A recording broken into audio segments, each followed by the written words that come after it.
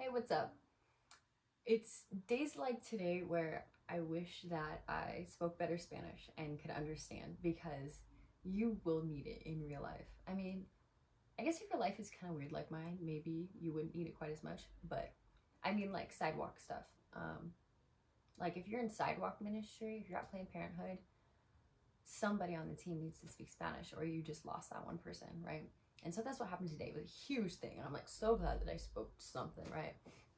And that's the power like of life and then death, right? It's sometimes these things are so important, right?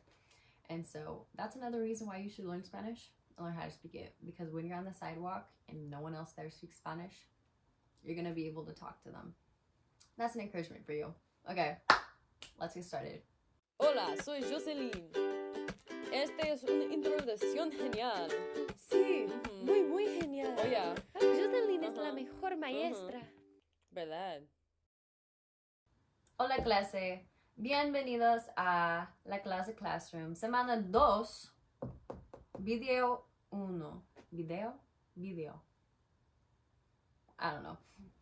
So, you probably couldn't help but notice my nice pink sticky notes because I'm using them because I don't forget what I'm gonna say.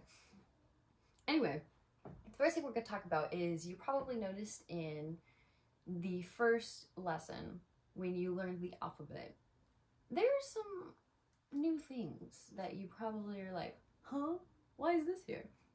I don't believe that the top two, che and ella, I don't think they were in your video that I linked, but these bottom ones were. And the thing is, we have 4 new letters in Spanish. I just want to go over them quickly so you're not confused or so you know how to pronounce them. So this is just CH and it's just like, you just say che, like, I don't know, you just do that. Che, ella. It depends on the country you're from, but sometimes with a double L sound is going to be a Y sound. Sometimes it's going to be a J sound. And sometimes it's going to be sh. Also with like a Y, even a Y, it's like that. Like some people say yo tengo un perro, and some people say yo tengo un perro, and some people would say yo tengo un perro. And it just depends on where you're from. We're just gonna do the yo, like basic Y sound, because that's what they use in Mexico. Well, it's kind of half and half, but that's what we're doing here. Okay, so when you see this, just think yeah. So it says like, oh, like tortilla. Some people say tortilla. It's, for our purposes, it's tortilla. We have ñ. It's like an N but fancier. Look at his hair, Elvis hair. Ñ. You just do the ñ sound. So there's sonar and soñar. We have sueno and sueño. It's just that ñ. I don't know how to explain it. You'll figure it out. And you'll know how to pronounce it too. And then we have the R. So hay una diferencia entre R y R. That didn't sound right. R. Yeah, R and R. So it's like, oh, this is a good example. We have pero and un perro. We have pero, which is but, like an interjection, like I'm gonna do this, but I don't want to. And then we have perro, which is a dog. Obviously, if you're not used to it, people will be like, huh? What did you just say? But you'll get used to it and you'll understand pretty fast. Don't be afraid to overemphasize as you're practicing. And that's something, the double R's is like, once you get that, it's gonna be so great. So here's an exercise I want you to do right now. Yes, right now. I want you to do the thing that kids used to do on the playground outside, and that was so annoying. That's what you're gonna do. You're just gonna make that sound. I want you to make the double R sound, because if you can do it, then you can speak it, and you gotta practice. Like, I want you to do it like ra, ra, ra. Like, I want you to do all the weirdest noises that you can do. I want you to be annoying. Be a kid again. I don't care if you're 19. Be a kid again, Leah. Make these noises. Try to do it. And if you can't do it, then you're gonna spend the next 3 hours doing it after this. You have to make this double R sound. and I think you can do it. It's hard if you're an adult and you've never made this sound before. There's a low likelihood that you're going to be able to in the future, but you could practice. Look up some stuff. Maybe I'll link a video. I don't know. I don't know how to teach someone how to make it. You're just gonna have to learn, which sucks if you can't. Sam. Yeah. Anyway, I wanted to briefly touch on the two things. Okay, maybe there were a few more, but the basic two things that if you can do this, then your accent in Spanish is gonna be great. It's not gonna be perfect, but it's gonna be pretty great. Let me explain. I'm going to say a sentence two different ways, and you're gonna break down why it sounds different. Ooh, here's a sentence I can use. Okay. The first one. No me gusta hacer la tarea. The second one. No me gusta hacer la tarea. Pause. What's the difference? I said the same words. It says, I don't want to do the homework. Like, I said the same thing. Why did it sound different? And I've broken it down into two things. One, the way you say your vowels, and two, the R's. If you can roll your R's and if you can say your vowels correctly, then I think you could speak Spanish. I mean, I haven't had anyone like correct me on that, but I feel like it's pretty like, that's pretty much down. Like if you can do that, your accent's gonna be pretty good. Also, a few other things to note is that Q, when you have the Q anywhere, it's always gonna be like, almost always, it's gonna be like a K sound. Like QUE is que, okay? And if it's like, I don't know, I can't think of an example. Oh, quesadilla. It's always a K sound. So don't do qua. Just telling you. And also the V and B have literally the same sound. It's the same, but it's the same. So when you see a B anywhere, you're gonna say it with a V sound instead of, okay, let's do the California accent. Baloncesto, which is basketball. Instead of baloncesto, you say baloncesto.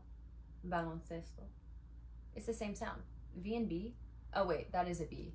Okay. Well, now I need to think of something with a B. V. Hello, is it me you're looking for? Vestido. Notice how the V in vestido sounds like a B sound. It's not vestido, it's vestido. So the Q sound, if you do the Q sound right, if you do the VB sound right, if you can do your vowel sounds right and roll your R's, your accent will be great. Mostly pretty much great. And let me just explain what the vowel sounds sound like and give you an example. We have like the long vowel sounds and the short vowel sounds in English. They just have the one vowel sound that they use, which is super easy. Vowels, if you can't remember, are A, E, I, O, and U. In English, we say A, E, I, O, U. That's the long sound, I think. And then the short vowel sound is, how do you say it? Oh, I'm thinking Spanish. A, E, I, O, U. That's how it is in English. Okay, so I lied. I said it wrong. In English, it's actually A, I, A. See, I was still thinking in Spanish. I was wrong. I'm sorry. So when we say in English, in Spanish you can say A, E, I, O, U. A, E, I, O, U. Un burro sabe más que tú. My dad told me that. Someday you'll figure out what that means. A. Not A. A, E, I, O, U. Repítelo. That means say it, right? Dígalo.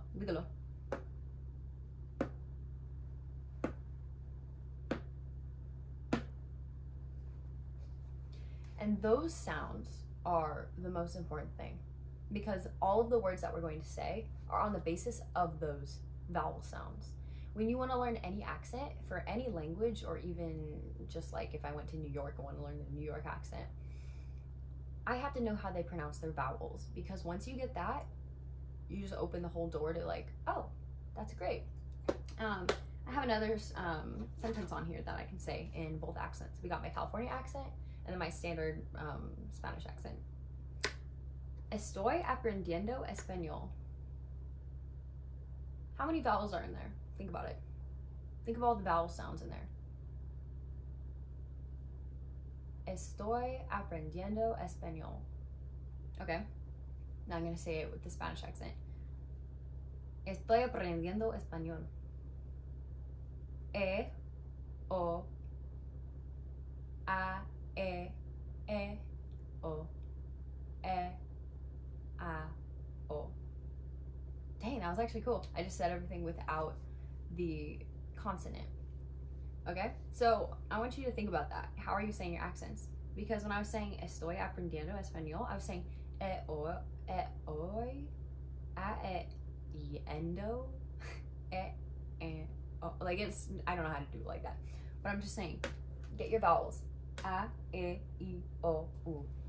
Every word in Spanish, if you look at it, you're gonna know how to say it. And I'll explain this in the next video. I'm gonna explain how the accent marks work and how to pronounce any word perfectly the first time. But this is the basic thing. You're gonna have to know how vowels work. And you're also gonna have to learn how to pronounce R. Dígalo.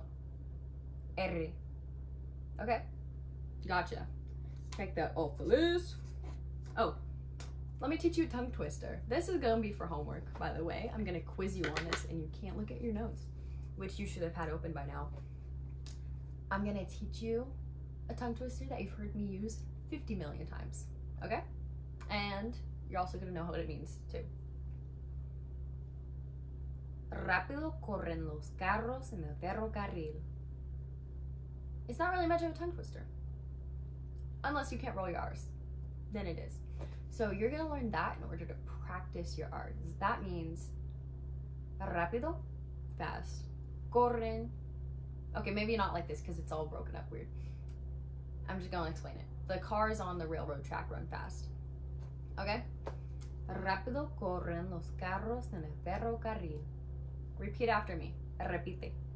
Rápido corren los carros en el ferrocarril. Ferrocarril. That was a weird accent. I don't know how to do that. But, okay? You're going to practice that. That's on your list for homework. Okay? Why am I using an expo marker on paper? That was a really bad decision. Okay. Anyway, and another thing that I was like, oh shoot, she didn't learn this yet. We're going to talk about greetings. So, like when you're saying, hey, what's up? How are you? How to respond, like when you're saying, hey, my name is, or I'm sorry, or thank you, or please. Those basic words that you're going to want to know. If you went to Mexico today, these are the words you're going to want to know, and the phrases that you're going to want to know. Okay? Okay, we've got 12 basic greetings and words that you should know, and you will be using right off the bat, like today. These 11 words, wait, not 11, 12 words, and even that, like, it might be plus a couple because of usted. I just didn't include that, okay? We'll figure it out later. These words are super necessary. We're going to start with just rapid fire. Where is it? Oh, here's my list. Hola. ¿Qué pasa? ¿Cómo estás? ¿Cómo te llamas? Estoy bien. ¿Y tú? Más o menos. Mal. Gracias. Lo siento. Por favor. And my personal favorite that I use all the time. Do you know how many times I used this today? Because, oh, so embarrassing. But anyway. ¿Cómo? It's like, huh. It's like, that's my favorite. It's like, huh? Like, what'd you say? ¿Cómo? Yeah, so we'll just list them off again. So we got hola, which is hello. Que pasa is like a slang. It's like, what's up? Like, what's going on? What's happening? What's up? ¿Cómo estás is how are you? But the usted form is ¿Cómo está usted? I want you to get in the habit of using these pronouns whenever you can. And the first thing is, whenever you're using usted form, I want you to say usted either before or after the verb. And I'll teach you about the verbs, but right now, just learn it the way I'm telling you. ¿Cómo está usted? How are you? And then we have ¿Cómo te llamas? Which is, what's your name? Oh, I didn't write the answer to that on here. Well, that's another one then. Oops, we have extra words. It's me llamo Jocelyn. Me llamo Jocelyn. Or, in your case, me llamo Leah. Wait, did you say Leah or Leah? Because your name is Leah, but like, it's pronounced Leah if you look at the way your name's spelled. I don't know, you'll figure it out. ¿Cómo te llamas? Is, what's your name? And then, ¿Cómo se llama usted? Remember, use usted. ¿Cómo se llama usted? Is, what's your name? And you use it in formal situations. We have, estoy bien. I'm good. ¿Y tú? And you? ¿Y usted? We have, más o menos. I don't know, more or less. Like, not, I don't know. It's kind of like, not really, whatever. That's kind of the response. And you use that if someone's asking you, how you doing? Be honest. That's something that's like, I mean, okay, maybe this is not a cultural thing. This is more of like a me thing. Like, someone asks you how you're doing, be honest. Like, if you're doing bad, say mal. Mal. Maybe you could say something else, but if you don't want to speak a lot, then you can't. But you don't have to be super fancy. You just say how it is. We have gracias, which is thank you. Hopefully you knew that already. We have lo siento, which is sorry. I'm sorry. Lo siento mucho. We have por favor, or if you're like kind of like the slang version, it's like porfa, but don't even worry about that. Just por favor, okay? Por favor, dilo. Sí, Dora, me escuchaste? I'm kidding, sorry. I'm not doing Dora. Then we have como, which you're just gonna use like huh. That's your translation. On your list, you're gonna write huh or what, even though it doesn't mean what. You're just gonna use it. You're just gonna use it as huh, what? What'd you say? Like, that's what you're gonna use. Okay, I think that's kind of all I got right now. Remember, I want you to practice your tongue twister and look at the homework in the description. Hopefully this was helpful. And hopefully next time you need to talk to somebody in Spanish at the abortion clinic, you can actually speak to them pretty well. I mean, it wasn't that bad. It was actually fine. We had the lady there who does speak Spanish, and then she left. But yeah, that's something. Just practice. And then people are gonna ask you, how'd you learn? Practice. Everywhere. I learned from my weirdo friend on YouTube, who wanted to make me videos, like, you know. And so it's super helpful. And it would be awesome if you had another sidewalk counselor who did speak Spanish. It's super helpful. Okay, see you on the flip side. Yo, you made it to the end. Good job. Let's go. Now learn some stinking Spanish. Apply it. Do it. For real. Yes. Yo. Okay. Bye. Do it.